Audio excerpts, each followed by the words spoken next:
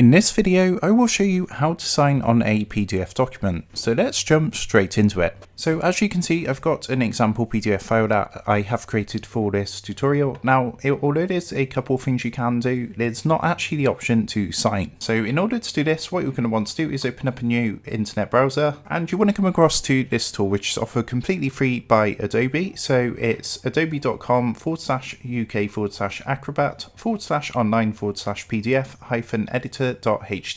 And when you first come across here, if you look in the top right hand corner, what you're going to want to do first is click onto the sign in button. Now, if you don't have an account with Adobe, you can go ahead and create one from here too. If you do, just go ahead and sign in with your account. So once you've gone ahead and signed in, it's going to take you across to a page like this. Now, all you want to do is click onto the blue select a file button down here. And what I'm going to do is just go ahead and choose that PDF to add a signature to. So you can see that's just loading through now, and we've got the PDF file up. So to go ahead and sign this, it's very, very easy to do. What I'm going to do, I'm just going to get rid of this. But if you come over to the left hand side, you've got your tools across here. And if you look down at the very bottom option, it says add your signature or initials. So what you can do is click onto this. And then you can either add your signature or initials. So I'm going to go ahead and add my signature. So what you can do is just put whatever you want into here. So I'm just going to go ahead and put test tutorial, and then I'm going to click the save button. So as you can see, that's already done it for me. So all I need to do now is click anywhere onto the document to save this, and you can move this about if you haven't put it in the correct place anywhere on the document.